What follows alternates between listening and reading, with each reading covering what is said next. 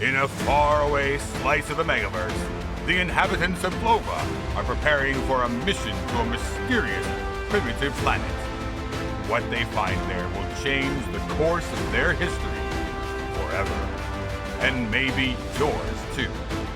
Put on some headphones and harness the power of your imagination with the illustrated podcast, Flovatar, a Dust Odyssey.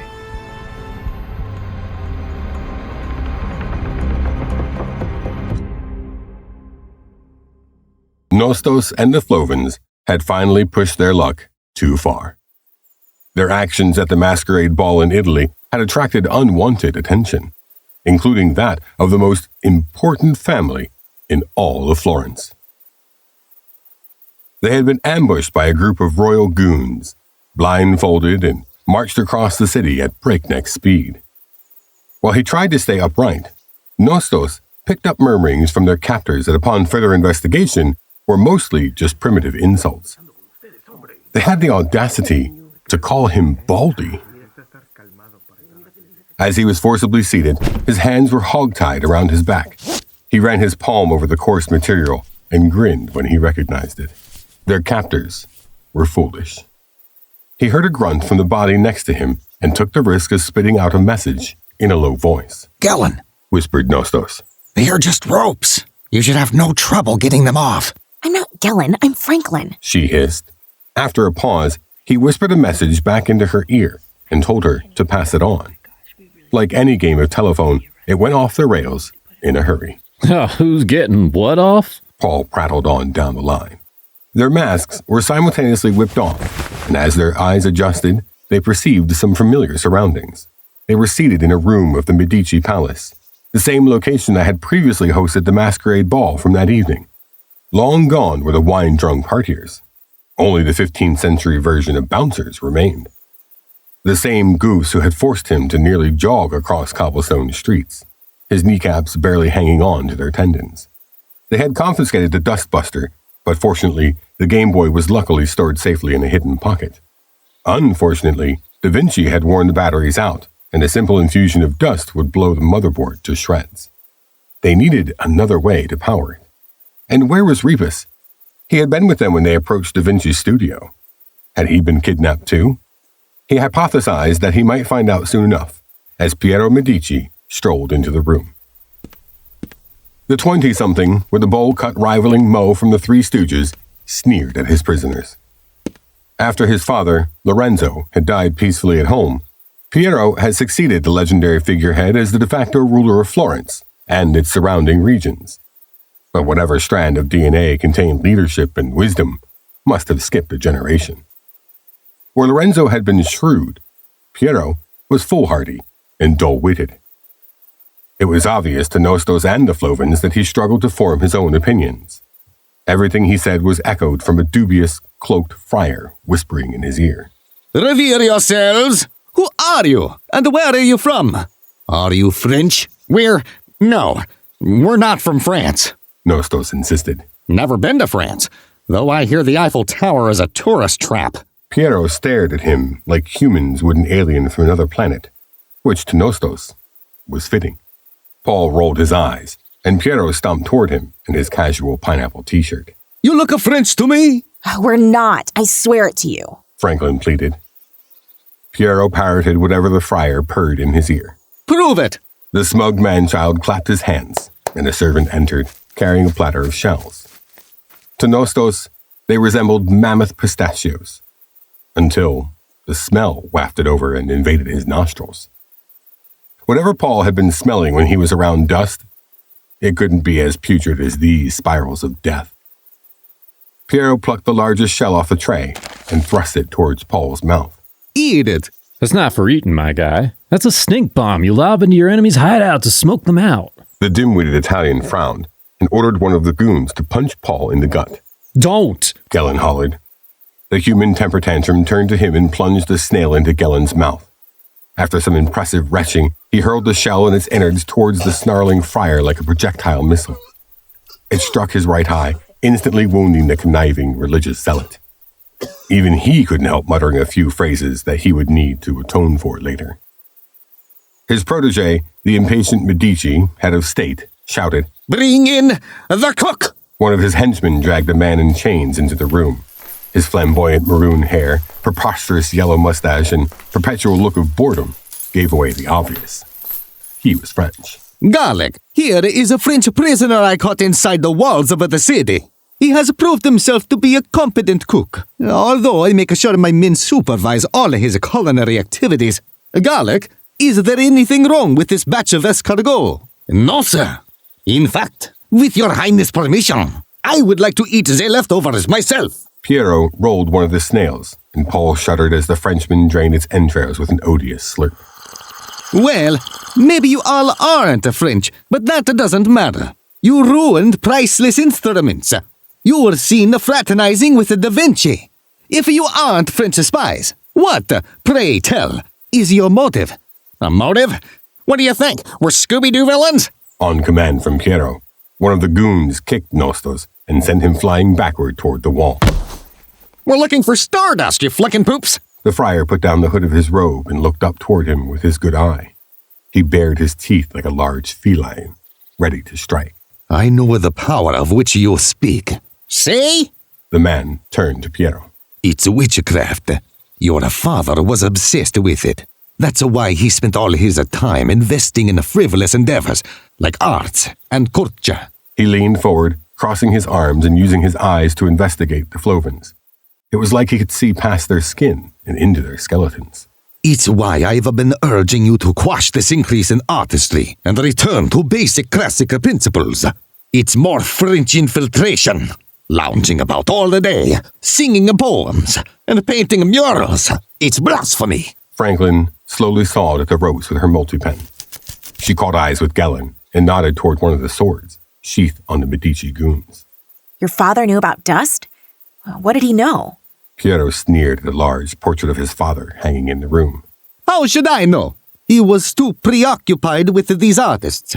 He spit on a statue that had been regulated to a corner of the room. Look, he commissioned one of them to create this awful statue. Not enough time for me. Said I was incapable of being creative. Well, he's dead now.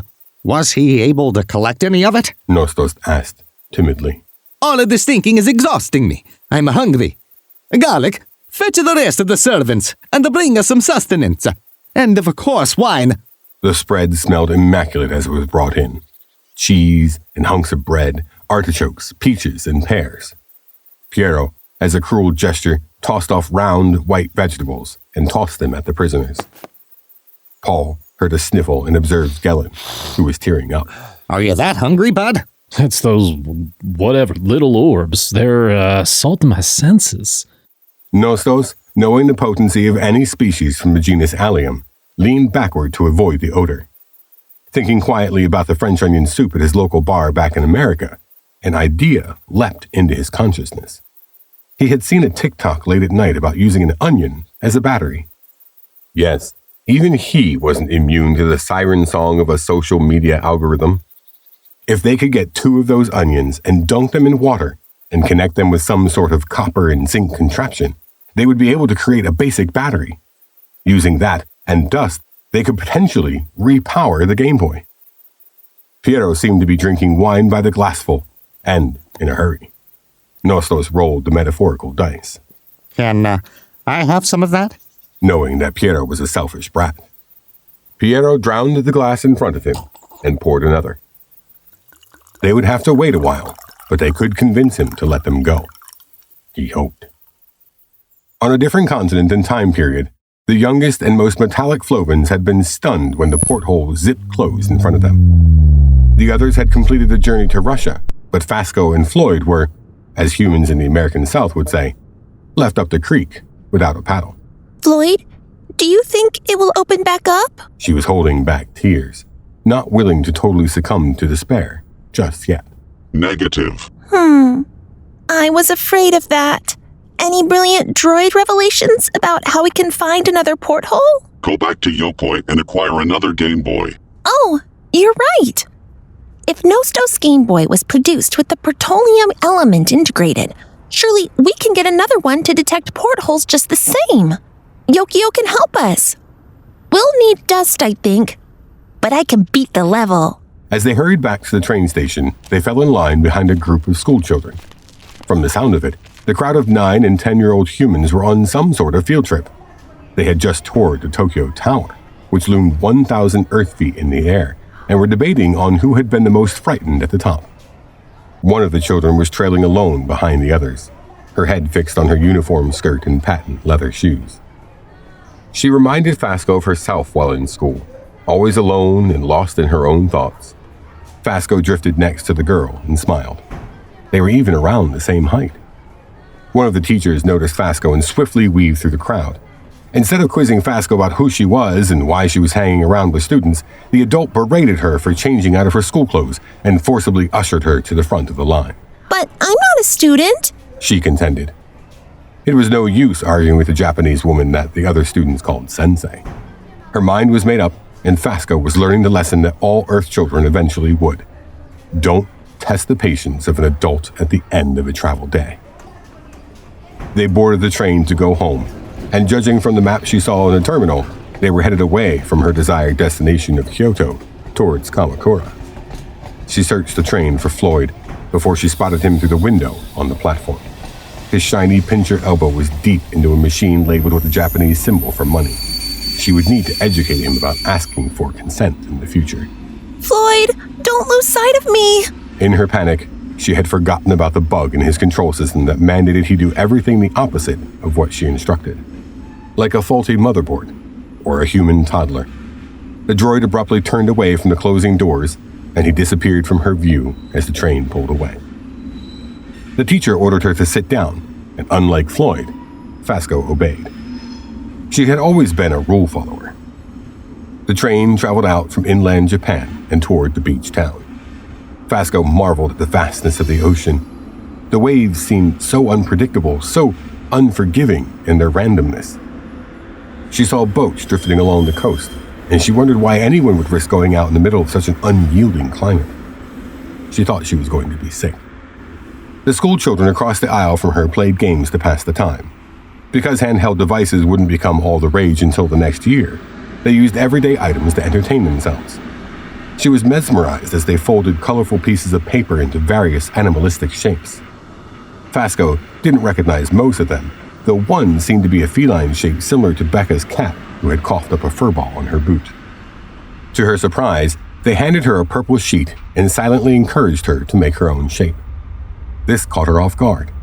She was a whiz with technology, but when it came to crafts, well, she hadn't attempted anything like this since she was her little brother Spuck's age. What would Spuck make, given this blank canvas of analog creation? Inspiration flexed its long, dormant muscles, and she folded the square kami into neat lines until she created her masterpiece. It was a pulpy, mini version of her psyche-likey, Junbi. The school children were perplexed for a moment, but deemed this as an acceptable entry into their origami lineup.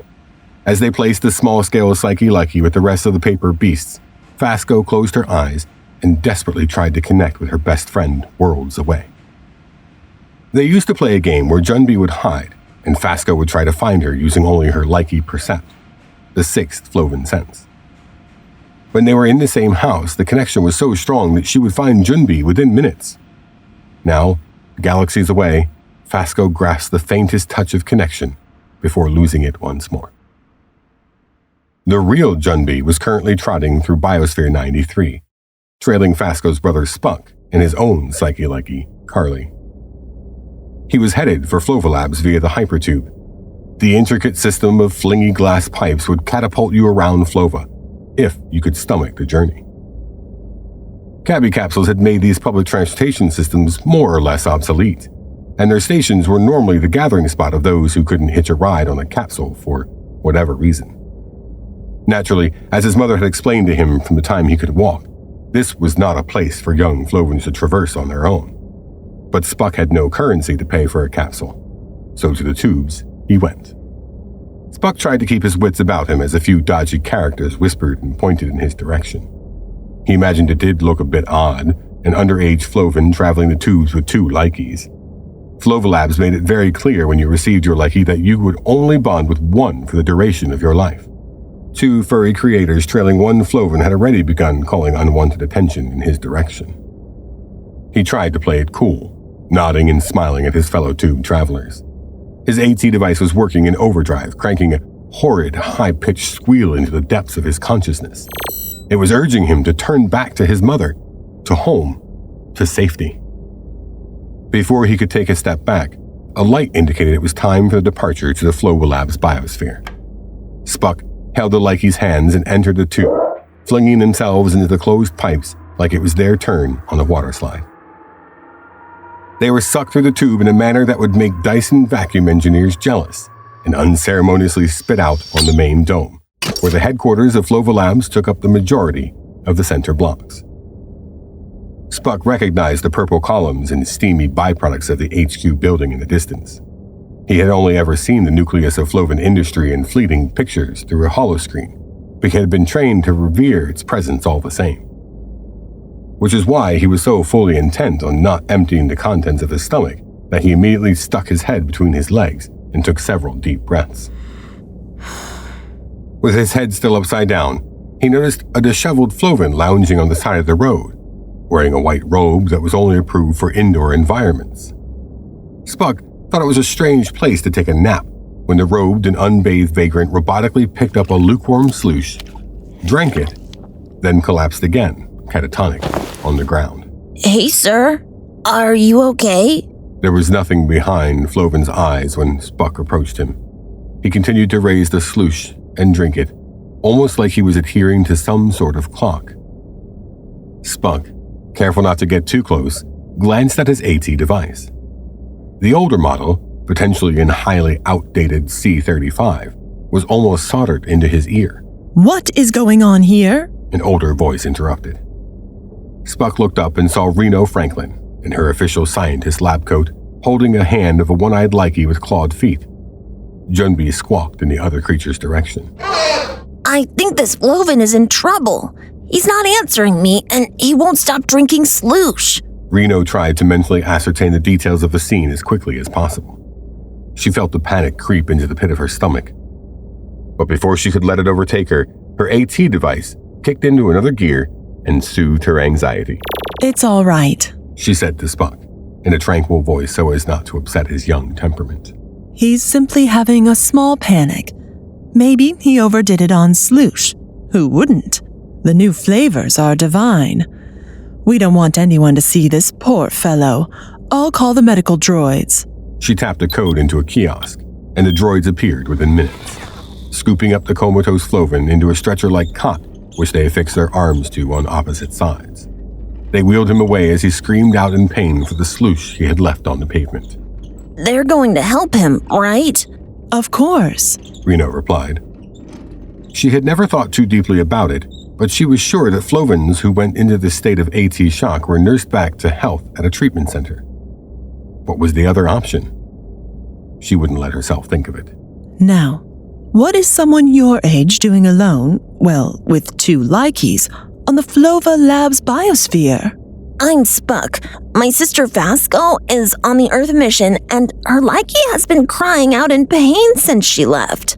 I'm afraid something may have happened to her, and I don't want anything to happen to her, even if I was teasing her before she left, and I didn't think Likeys should be acting like this, and my mom wasn't able to come with me, and... He took a long breath to continue his story. Interesting. I'm Reno Franklin. My daughter's Likey, Gingy, has been doing something similar. She gestured at the creature behind her, who yelped and shook its head angrily like it was ejecting small bugs from its ears. I've seen Fasco on the live stream, so I don't know why Junbi is acting this way, but I thought maybe Junbi knew something I didn't, and so I came here and I brought Carly, of course, because... The words continued to tumble out of his mouth. The mention of the live stream cast a dark shadow in Reno's brain. The streams were lies as admitted to her by Damas. They were reruns of Earth sitcoms. Could this Fasco be with Ray? Were they truly in trouble? Her AT seemed to kick up another notch at that thought. Come with me to Flova Labs. That's where I'm taking Gingy. I know Damas personally. He's a friend. He will know what to do. He's probably established direct contact with the Earth groups. I'm sure they are all executing the mission to its fullest extent. The live stream showed Fasco with her new friends. They were celebrating something called Festivus. It could be dangerous. As only a mom can do, Reno put her arm on his shoulder and reassured him that everything was going to be okay. Earthlings have strange customs. Maybe they are all just trying to send us messages that they are okay. Damas will know. Okay, I trust you. Let's go, Junbi. Everything's going to be okay. Everything was not okay